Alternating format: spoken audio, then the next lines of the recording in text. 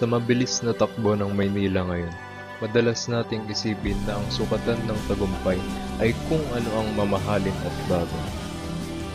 Pero sa pagpasok natin dito sa looban ng Casa Manila, sasalubong ang isang marangyang lumang mundo. Ang tanong, narito ba tayo para lang mamangha sa yaman ng nakaraan o para suriin ang moralidad na nagpabukod-bukod sa ating bilang lipunan? Ang Casa Manila ay replika ng pamumuhay ng mga elitistang ilustrado, habang ang karamihan ng mga katutubong Pilipino ay naghihirap sa labas. Ang karangyang ito ay hindi lang palamuti.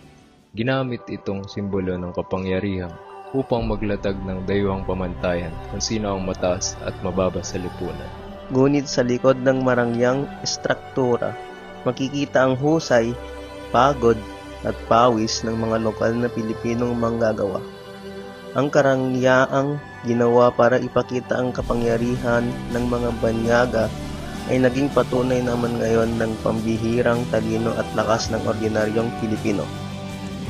Dito pumapasok ang etika ng pilosopong si Immanuel Kant ukol sa moral autonomy o ang kalayaan ng taong magpasya gamit ang sariling katuwiran. Ayon kay Kant, ang isang prinsipyo ay may tunay na halagang moral kung ito ay malayang pinili ng tao, hindi dahil ito ay idinikta ng lipunan o ipinilit ng panlabas sa pamantayan ng yaman.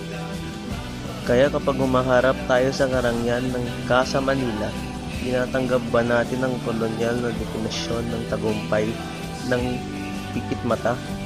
Hamon sa ating bilang mag-aral na gamitin ang katuwiran upang baklasin ang mga lumang ideya ng diskriminasyon at materialismo. Ang pagiging malaya ay ang pagtuhoy sa ating halaga base sa ating pagkatao, hindi sa yaman. Ang Casa Manila ay hindi patay na kasaysayan.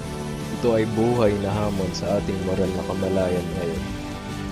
Tinuturuan tayo nitong maging mapanuri sa mga pamantayang humuhubog sa ating pag-iisip, upang sa pagbabalik natin sa modernong buhay, ang bitbit natin ay ang isang tunay, malaya at matatag na diwa ng pagiging Pilipino.